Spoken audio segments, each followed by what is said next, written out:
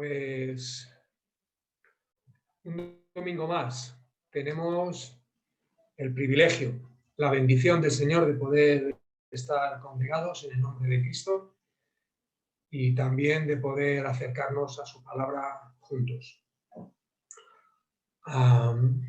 Os cuento algo que sucedió hace ya mucho tiempo. Hace casi 40 años que un pecador incircunciso como yo, pues decidió doblar las rodillas y aceptar a Jesucristo como Señor y Salvador de su vida. Hace ya mucho tiempo. Bien, a los pocos días de convertirme, un hermano muy querido para mí nos regaló a Manuel y a mí una Biblia. Recuerdo con cariño que era un ejemplar de la versión popular, Dios habla hoy, que por cierto, posiblemente sea la traducción que menos me gusta, pero aquel regalo para mí fue muy especial.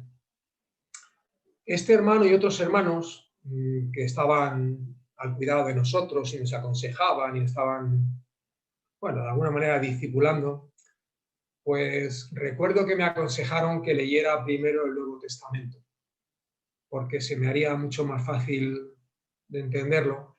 Y una vez que leyera el Nuevo Testamento, pues me aconsejaron leer luego el Antiguo Testamento. Y leí el Nuevo Testamento 2 o 3 veces seguidas. En cosa de una semana me gustaba tanto lo que leía que estaba allí leyendo y leyendo y leyendo, y leí el Nuevo Testamento varias veces. Después recuerdo que empecé a leer el Antiguo Testamento. Y al mismo tiempo que iba leyendo la Biblia, pues tenía una libreta en la que iba apuntando todas las cosas que surgían que no entendía bien, y después pues 2 o 3 hermanos de la Biblia, de la iglesia, con los que tenía un poco de confianza, pues iban intentando aclararme aquellas dudas, o por lo menos lo intentaban. El caso es que fui leyendo uno tras otro los libros del Antiguo Testamento. Dedicaba bastante tiempo a leer, ¿eh? Algunos días eran varias horas. Me gustaba tanto que estaba allí pues poco menos que enganchado. Iba leyendo uno tras otro los libros del Antiguo Testamento, hasta que llegué a un libro en el que me quedé atascado. Me quedé atrancado, pero por mucho tiempo. Quedé atascado en el libro más antiguo de la Biblia, el primero que se escribió de todos, que como todos sabemos es el libro de Job. Empecé a leer el libro de Job y cuando fui tomando conciencia de todo lo que le sucedió a Job, me quedé completamente atascado, porque no podía entender que a un hombre tan bueno, a un hombre tan justo y temeroso de Dios, le pudiera suceder todo lo que le sucedió al pobre Job. Recién convertido, y tuve que afrontar lo que podemos llamar la que fue mi primera crisis espiritual, porque me costó mucho trabajo superar aquello, ¿eh? Y venga, me hacía preguntas a los hermanos que de alguna manera no me satisfacía mucho las explicaciones que me daban. Necesité tiempo para entender aquello. Y una de las preguntas que me hacía es por qué un creyente como Job tuvo que soportar pruebas tan duras. Y la segunda pregunta era por qué los creyentes de cualquier tiempo tenemos que sufrir o tienen que sufrir algunas veces tanto como sufrió Job. Preguntas difíciles de resolver. Y por si eso fuera poco, el propio Job me complicó aún más las cosas cuando leí Job capítulo 5, versículo 7. Pero como las chispas se levantan para volar por el aire, así el hombre nace para la aflicción. Caramba. Pero si yo me convertí al Señor Jesucristo pensando que los cristianos siempre se lo pasaban bien, que siempre eran felices y que nunca tenían problemas, ahora me entero, dije en aquel momento, que el pueblo de Dios tiene que sufrir calamidades y desgracias al igual que las gentes del mundo. Y me pregunto una y otra vez por qué los cristianos hemos de enfrentarnos con pruebas, en algunos casos, tan duras. Tardé mucho tiempo, y mucho tiempo es bastante tiempo, en aceptar la respuesta y a entenderla. Aceptar que las pruebas tienen un propósito, porque los seres humanos somos tan duros, estamos hechos de un material tan duro que es muy complicado moldearnos, muy complicado. Tan duro que para poder moldearnos hay que ponernos al rojo vivo, al igual que el herrero pone un hierro al rojo vivo y luego empieza a golpearle para darle fuerza, para darle forma. Pues algo parecido sucede con nosotros. Estamos hechos de un material tan duro que algunas veces el Señor tiene que ponernos al rojo vivo para que podamos ceder y dejarnos moldear. Espero de verdad y deseo que esta breve meditación de esta mañana os ayude a entender un poco cuál puede ser el propósito de las pruebas. Y voy a daros 8 razones para entender el propósito de las pruebas que algunas veces nos toca sufrir en nuestras vidas. Mirad, las pruebas evidencian la fortaleza de nuestra fe. Cuando todo va bien, cuando todo va viento en popa, es muy fácil ser creyente. Es muy fácil ser cristiano cuando vivimos tiempos felices, de abundancia y tiempos maravillosos. Ahora, cuando las cosas se ponen feas, es cuando podemos ver la verdadera fe de algunos creyentes, de algunas personas. Cuando la vida nos sonríe y los problemas pasan lejos de nosotros o cerca de nosotros, pero sin tocarnos, entonces todos somos buenísimos creyentes, todos. Pues el libro de Job nos enseña que los problemas no pueden evitarse.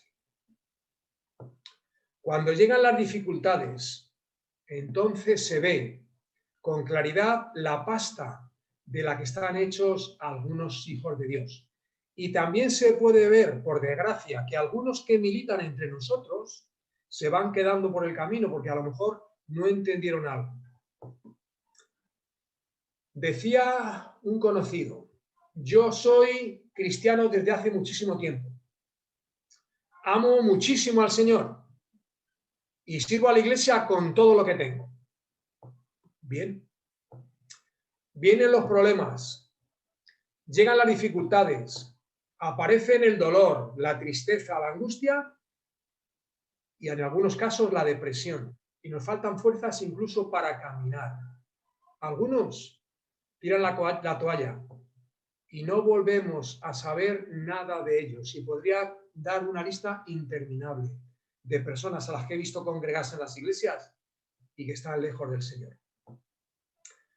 Creo que el Señor permite que vengan las pruebas y entonces se puede ver con claridad aquellos que de verdad aman al Señor y otros que creo yo que no entendieron una parte del Evangelio de Jesucristo.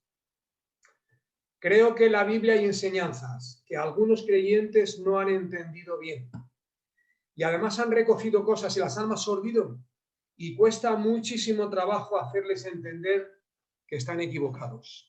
Muchísimo trabajo. El ejemplo más claro y evidente es el caso de las pruebas. Y en cuanto a esto se ha creado, creo yo, bastante confusión. Hay varios pasajes en la Biblia que cuentan, que enseñan que Dios permitió que algunos creyentes tuvieran que vivir, que tuvieran que soportar pruebas durísimas. Algunos con buena intención enseñan que tales pruebas es para que Dios pueda ver lo que hay en el corazón de los creyentes. Bueno, poner a prueba la fe de esos creyentes, dicen algunos, para saber el Señor, para que el Señor sepa lo que hay en el corazón de esos creyentes. Modestamente y con toda la prudencia del mundo, creo que es un error creer tales cosas. Y me explico. Todos sabemos que Dios es omnisciente, lo sabe todo. Incluso sabe lo que va a suceder antes de que suceda. Incluso sabe lo que puede esperar de cada uno de sus hijos. cuando llegan las pruebas. Antes de que lleguen las pruebas, el Señor ya sabe lo que puede esperar de cada uno de nosotros. Entonces, entiendo yo, a pesar de un montón de textos de los que luego hablaremos que parece que pueden indicar eso, creo que el Señor nos pone a prueba para que nosotros podamos saber cuál es la fortaleza o la debilidad real de la fe de cada uno de nosotros, empezando por la propia, por la de cada uno de nosotros. Y recuerdo a una persona que conozco hace mucho tiempo, que cada vez que le viene algún problema se enfada con el Señor, no tiene vida espiritual de ningún tipo, no se congrega con la iglesia hasta que aquello pasa y entonces todo vuelve a la normalidad. Y le ha sucedido una vez tras otra y esta persona no ha entendido absolutamente nada. Una prueba sencilla para todos y cada uno de nosotros. Si estás atravesando por alguna situación complicada y estás enfadado con el Señor porque te está haciendo pasar por esta prueba, creo yo que tienes todas las papeletas para tener una fe débil. Así de fácil y así de sencillo. Ahora bien, si estás soportando alguna prueba dura, complicada y difícil, y si eres capaz, a pesar del dolor, de tener paz en medio de la tormenta, si eres capaz de descansar en el Señor en medio de los problemas, entonces seguramente tendrás una fe fuerte. Mirad, las pruebas nos humillan. Las pruebas hacen de nosotros gente discreta, sencilla y humilde. Si no fuera porque de vez en cuando a algunos de nosotros el Señor nos baja los humos, seríamos gente sencillamente insoportable. No nos aguantaríamos ni nosotros mismos. Algunos de los creyentes más grandes que yo he conocido han sido gente discreta, sencilla y humilde, que intentaban por todos los medios pasar de manera desapercibida. Ahora, cuando alguien les invitaba a hablar y empezaban a hablar, te quedabas asombrado ante tantísima sabiduría. Las pruebas nos recuerdan que no debemos tener tan buena opinión de nuestra fortaleza espiritual. Y sirva el ejemplo de alguien muy grande, del apóstol San Pablo, 2 Corintios capítulo 12, versículo 7. Y para que la grandeza de las revelaciones no me exaltase desmedidamente, me fue dado un aguijón en la carne, un mensajero de Satanás que me abofetee, para que no me enaltezca sobremanera. Dios le dio a San Pablo una capacidad intelectual tremenda y un nivel espiritual y cultural tremendos. Le dio el poder de hacer milagros y le dio el poder de revelar la nueva verdad. Esos dones pueden haber hecho de Pablo alguien engreído. Podrían haber conseguido que Pablo fuese un enorgullecido. Dios utilizó esa prueba para que Pablo tuviera que depender de Dios permanentemente. Por tanto, creo que Dios permite que las pruebas aparezcan en nuestras vidas para que seamos gente humilde. En especial aquellos que han recibido, que han sido bendecidos con algún don para el servicio espiritual. Las pruebas evitarán que confiemos desprendidamente en nuestras fuerzas y que confiemos más en el Señor. Las pruebas también nos alejan de las cosas materiales. ¿Y de qué manera? En alguna ocasión yo he escuchado a algún creyente decir algunas cosas sobre los temas, sobre los bienes materiales con los que tampoco estoy muy de acuerdo. Hay cristianos que dicen aborrecer todo lo material. Bueno, quizá aborrecer no sea la palabra más correcta. Vamos a cambiarlo por no sentir ningún aprecio por los bienes materiales, que suena un poco menos severo. Pues yo ni siquiera estoy de acuerdo con esos argumentos. Mirad, yo lo veo de otra manera. Yo lo poco que tengo lo aprecio mucho, porque me lo ha dado el Señor y eso hace que sea muy importante para mí lo que tengo. El Señor me dio trabajo, me dio salud para poder trabajar y me dio sabiduría para ministrar, sabiduría y prudencia para ministrar aquello que Dios me dio. ¿Cómo no lo voy a valorar? ¿Cómo no voy a apreciar lo que Dios me ha dado? Creo que no apreciarlo sería una necedad. Pero claro, solemos pasar de un extremo al otro. Yo lo aprecio, pero sin darle a lo material un lugar que no debe tener en mi vida, que son dos cosas distintas. Las pruebas creo que nos ayudan a darle a todo lo material el lugar que hay que darle, que nunca debe ser un lugar preeminente en nuestras vidas. Porque hay mucho, muchísimo, que debe de estar antes que lo material.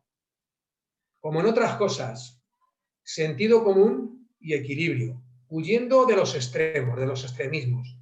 Ni aborrecerlo, como dicen algunos, ni amarlo más de la cuenta, como puede ser que hagan otros. Equilibrio, sensatez y sentido común. Cuanto más tiempo vivimos, más cosas solemos acumular. Sin embargo, a pesar del aumento de los bienes materiales y de los placeres de este mundo, esas cosas tienden a tener cada día menos importancia en la vida de los creyentes. Así de fácil y así de sencillo. Posiblemente hubo un tiempo en nuestras vidas que pensábamos que tener y tener cosas era algo que nos satisfacía mucho. Con el paso del tiempo, algunos hemos aprendido que esas cosas son incapaces de resolver las ansiedades, las heridas y los problemas que pueden aparecer en nuestras vidas. Cuando vienen los problemas gordos, esas cosas no nos sirven de nada. De ahí que las pruebas nos alejen de las cosas materiales. Y voy a poner un ejemplo que para mí es muy bonito, el ejemplo de Moisés. Moisés se crió como príncipe de Egipto, en la casa de Faraón. Como miembro de la familia real egipcia, tenía un lugar preeminente. Recibió la mejor educación que se podía recibir. Estaba en el lugar más alto de la sociedad egipcia. Lo tenía todo: honor, confort y riquezas. Hebreos 11:26 nos dice que Moisés consideraba que los sacrificios que hizo para identificarse con los propósitos de Dios eran para él mayores que todas las riquezas de Egipto. Moisés apartó la vista de todas las cosas materiales que tenía a su alcance y empezó a preocuparse por las dificultades de su pueblo, por el pueblo de Israel, al cual el Señor utilizó para alejar de los placeres pasajeros a Moisés, porque estoy convencido que las pruebas nos alejan de las cosas materiales. Otra razón, las pruebas tienen la capacidad de llamarnos a la esperanza eterna.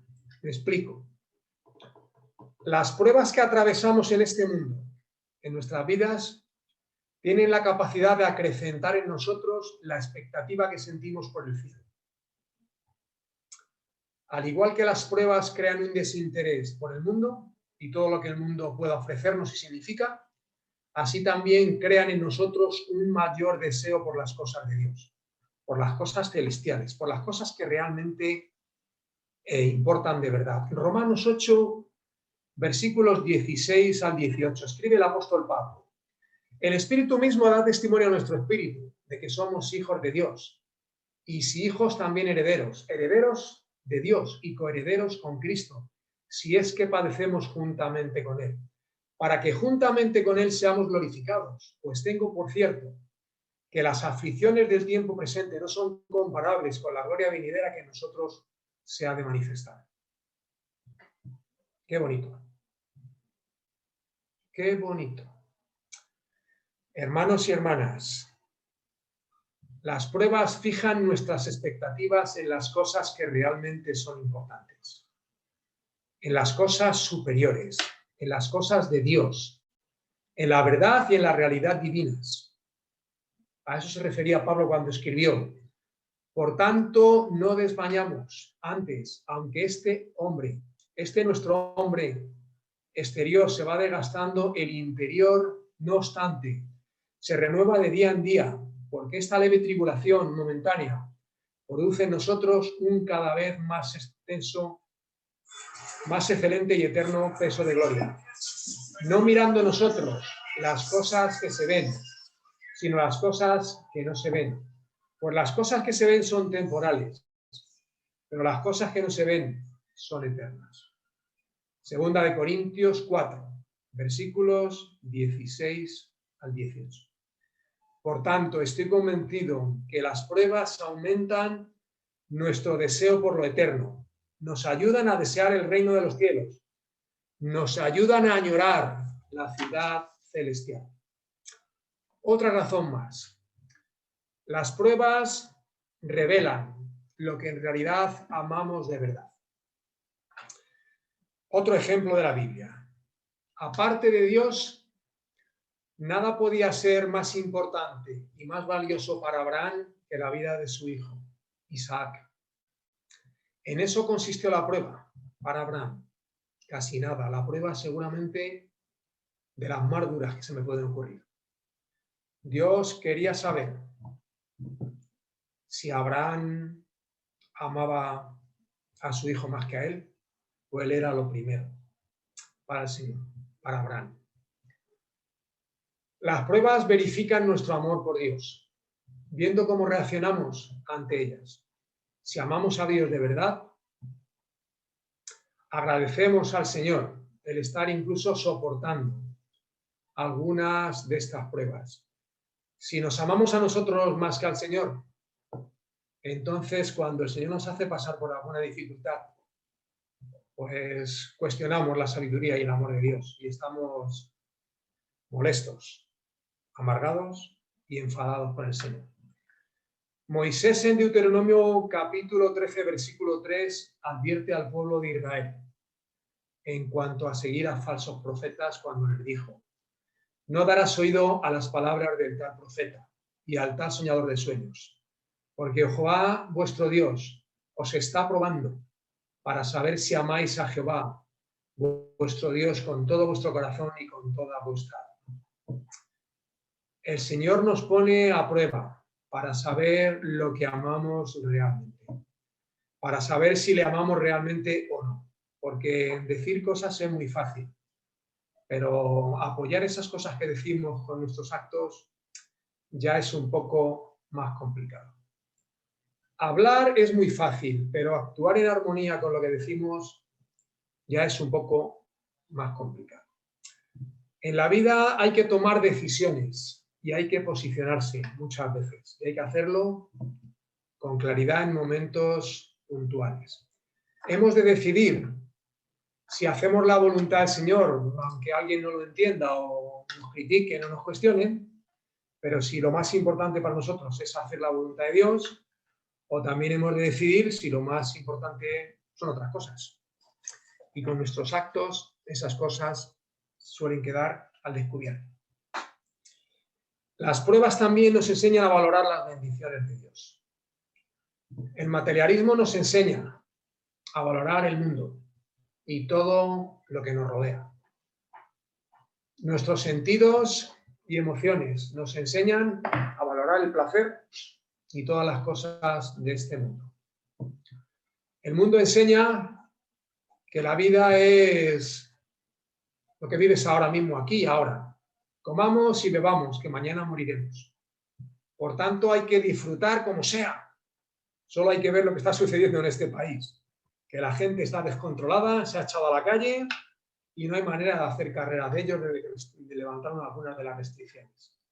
Parece que no va a haber mañana. Todo el mundo tiene que disfrutar y es que no podemos evitar, tenemos que ser felices como sea. La palabra de Dios nos dice que obedezcamos y que en la obediencia encontraremos grandes bendiciones. Las pruebas nos enseñan que la obediencia trae grandes bendiciones a nuestras vidas. Cuando obedecemos la voluntad de Dios, es el medio por el cual Dios algunas veces nos hace pasar por pruebas para que seamos bendecidos. En el Salmo 63:3, David dice: Porque mejor es tu misericordia que la vida, mis labios te alabarán. Y luego, por si fuera poco, tenemos el ejemplo supremo, el ejemplo de Cristo. El ejemplo perfecto de alguien que fue bendecido por la obediencia.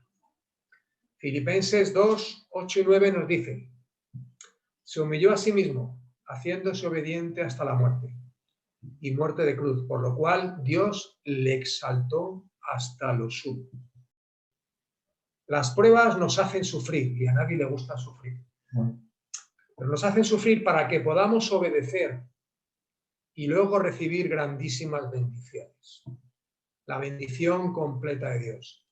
En la medida en que aprendamos a obedecer al Señor, experimentaremos el júbilo, la alegría y el gozo de esas bendiciones. Aunque en el momento de la prueba, pues lo pasamos mal, pero lo que hay después, siempre después de la prueba hay bendición. Las pruebas nos capacitan para ayudar a otros cuando llegan los sufrimientos. Y esto lo he experimentado muy claramente en mi vida como creyente.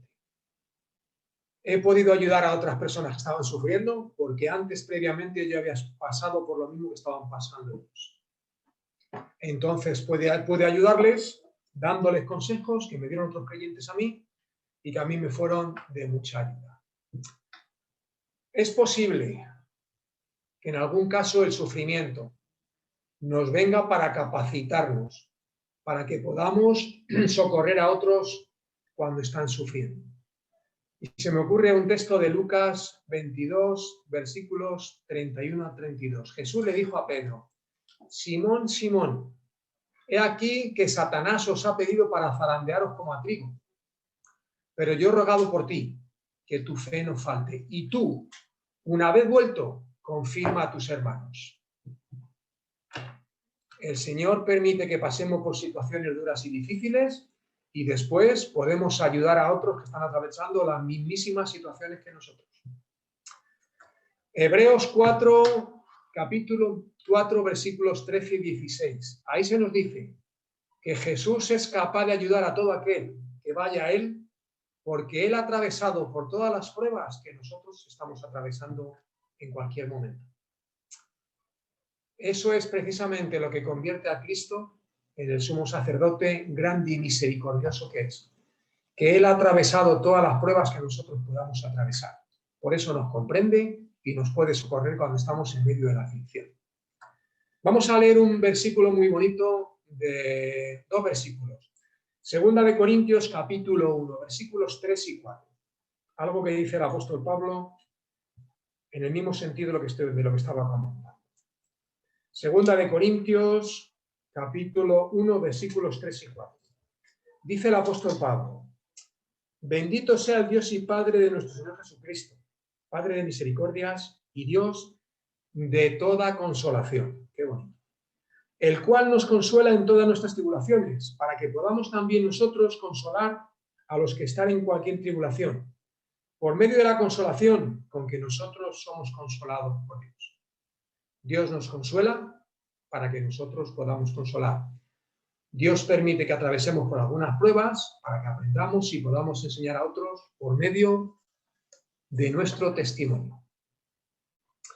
Las pruebas también generan en nosotros resistencia y fortaleza espiritual. Cuando todo está tranquilo, cuando todo está en paz, cuando todo está en calma, vivimos cómodamente y solemos vivir por los sentidos en lugar de vivir por la fe. Pero mirad, la valía, la disciplina y el coraje de un ejército no se pueden apreciar en tiempos de paz, ni muchísimo menos. Cuando se desata un conflicto, cuando empiezan los problemas, cuando empiezan las escaramuzas, es cuando se puede apreciar realmente la valía de algunos soldados. Uno de los propósitos de Dios con las pruebas es darnos mayor fortaleza y hacer de sus hijos creyentes fuertes y curtidos, Mujeres y hombres con madurez y con profundidad espiritual. Y esto lo repito, con madurez y con profundidad espiritual, no creyentes superficiales. No creyentes que son llevados por cualquier viento de doctrina, que cualquier cosa los puede tirar abajo. No, no, no, no. Al atravesar una prueba, los músculos espirituales, es decir, la fe, se ejercitan y se fortalecen y se preparan y se endurecen para cuando viene la prueba siguiente. Porque la prueba siguiente seguramente va a ser más difícil y más dura que la anterior.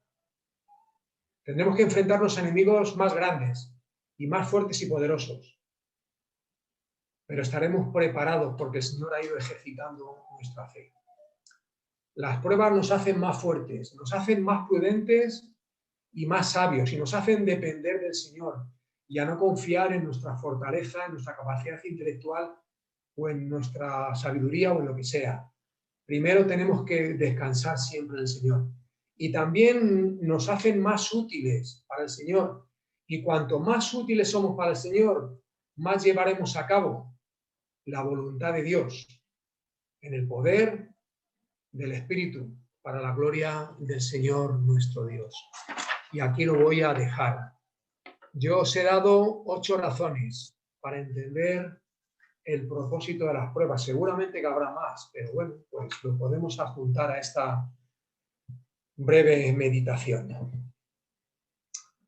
Hemos visto 8 razones para hacernos entender un poco mejor cuál puede ser el propósito de las pruebas. Y hemos visto 8 razones que dan a las pruebas un carácter, un sentido pedagógico. 8 razones que nos enseñan sobre las pruebas y su sentido. Pero mirad, seamos honestos, seamos sinceros con nosotros mismos y pongamos los pies en el suelo. Y no tenemos que levitar ni volar ni nada de esto.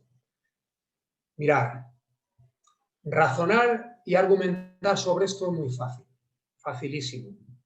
Ahora, aguantar el tipo y soportar con dignidad, como hijos del rey, las pruebas que puedan venir es otra cosa.